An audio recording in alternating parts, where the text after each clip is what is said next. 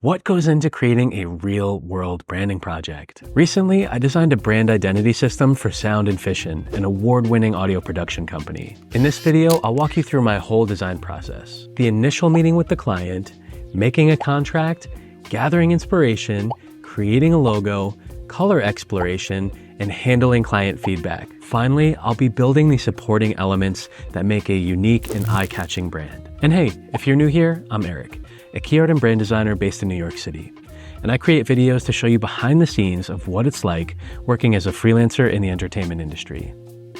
SOUND+FISSION is an award-winning, end-to-end, custom music, post-audio production, and creative services studio. They do it all, from custom music to scores, recording, engineering, mixing, and mastering. So just for context, I initially connected with Brian, one of the founders of SOUND+FISSION, after he saw some artwork that I shared online. Now, I was working at an agency and I created the cover art for the Audible original series, Can You Dig It?, a hip-hop origin story narrated by hip-hop legend Chuck D. After seeing the artwork online, Brian must have looked me up and he came to this very YouTube channel where he watched a video that I did a little while back where I did a rebrand of La Bagel Delight. After seeing the video, Brian reached out and we set up a time to hop on a Zoom call so we could talk about his branding needs. These intake calls are so important. Do not skip this step for any project. On the call, I like to get to know the client a little bit, to ask them questions, understand what their challenges are, and really see what they're hoping to achieve with this branding project. It also just gives me an opportunity to learn more about it and see if it's something I feel excited about. After our call, I made sure to follow up with Brian to thank him for his time. And this is something that I think designers should always do, just because it's good etiquette. And at that point, I also shared with him a few of my branding packages based on the scope of work and what he was looking for. We landed on a rate and a full list of deliverables that consisted of a new logo and a full brand style guide. Quick disclaimer here, I realize that this may be a little bit less of the glamorous stuff, but anytime you're getting ready to start a project, I think it's super important to have a contract. Now, the reason for that is because you want to outline specifically what you as the designer are going to provide for your client.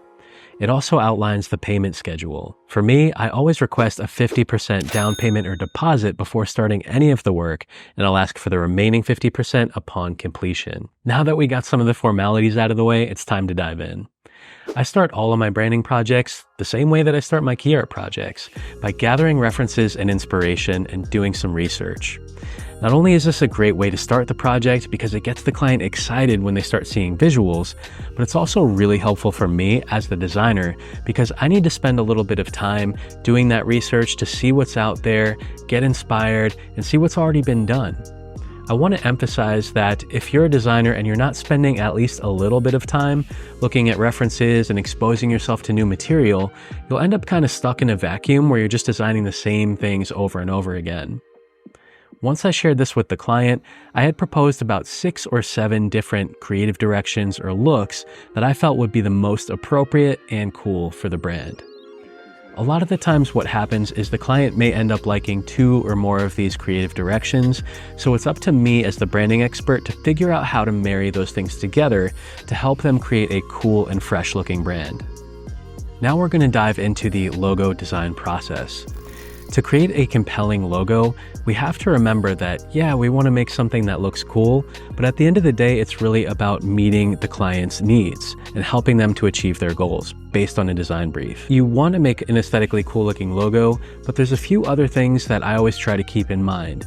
Making sure that the logo is legible, even at a small size, that it communicates an idea or a message that ties into the product or service, and something that also looks cool. Since SOUND+FISSION isn't really the kind of company that just makes like speakers, microphones, headphones, and products, I knew pretty early on that using these kinds of symbols and icons just weren't really the right fit for this brand. When I had actually shared the inspiration and mood boards with Brian, we decided that a few of the directions that he liked are the word marks, the distortions, and the waveforms, and these gave me a lot of ideas to play around with. So now that I had some ideas brewing, I decided to jump into Illustrator and get started. I always like to start with single color logos just in black and white because I don't want people to get hung up on the color.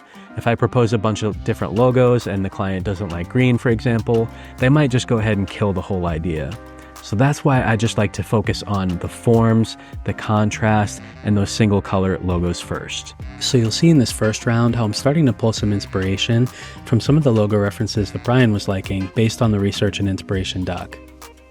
After sharing the first round of logos with the client, we hopped on a call to go over the feedback together. Now, a big part of the reason I wanted to make a video like this is because there's a lot of times when you'll see a video of someone designing a logo and it looks like they made one option, handed it over to the client, and called it a day. In the real world, that's not how it usually works. Instead, you have to go through a process where you're communicating and working with your client. This means giving them options and showing that you've done the research and explored various possibilities and directions to arrive at a final solution that's right for them. That's part of the value that allows you to charge more than a few $100s for projects like this.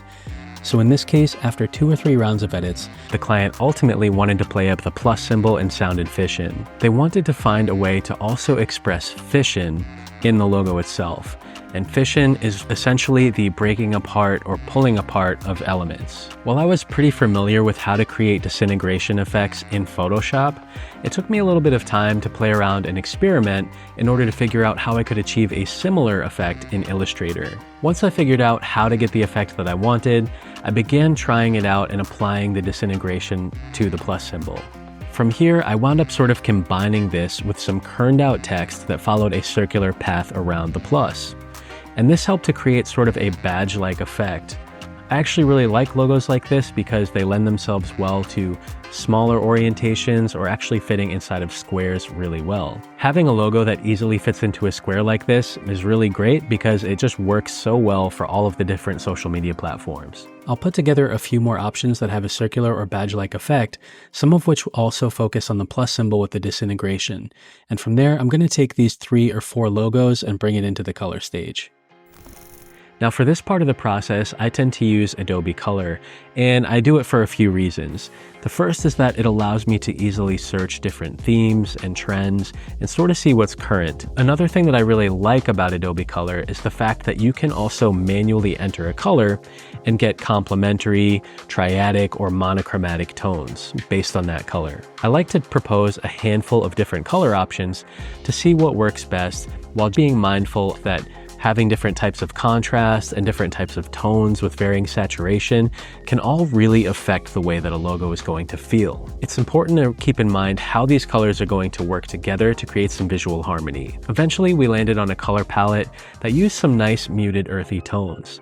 I really like this because it still felt modern and current without being too in your face. Now that we have our final single color and full color logo, we have a really great jumping off point for building out the rest of our style guide. Having a great logo by itself is awesome, but it doesn't really mean very much unless you have the other branded elements that support it and help to establish that visual vocabulary or language. Think about other elements like having different typefaces, having color palettes, patterns, textures, and icons that are all going to be a part of that world. This is how some of the most successful brands in the world elicit certain feelings, emotions, and perceptions from their ideal clients. I tend to think of the style guide almost like a toolbox that will give your client all of the branded elements they need to ensure that they have a consistent and cohesive voice across all different mediums from print to digital. It also really makes it easier for the client to be able to hand off their style guide to another designer or whoever else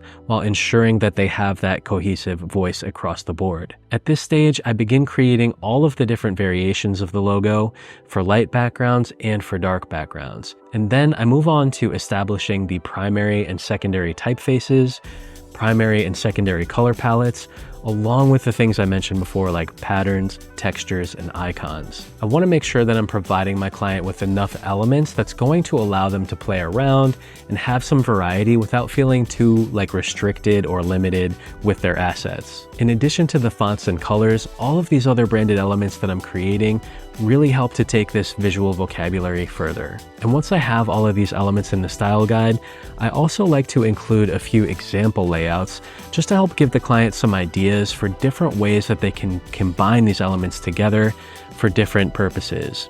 Whether it's print ads, social media ads, banners, or anything else, I want to be able to show them what I recommend and how I recommend using these things together. Once the client's happy with how everything is looking in the finished style guide, it's time to start exporting and saving everything out. Now, I like to batch these deliverables and make sure that everything is super easy to use for my client, because I was contracted to do the logo and the full style guide and not continue to keep making changes and revisions. This entire design process took around 2 to 2.5 months from start to finish. And as a reminder, this included the initial meeting with the client, making a contract, gathering inspiration, designing the single color logo, color exploration, and making revisions. And from there, it was all about creating that full brand style guide with all of the elements that they needed. I really enjoyed working with Brian and with SOUND+FISSION to help them with their rebrand. I hope you found this video helpful. And if you'd like to see the video that helped me to land this client, then check this one out next, where you can see how I approached doing a redesign for the La Bagel Delight logo. All right, creative, thank you so much for watching. Keep designing, and we'll see you in the next one.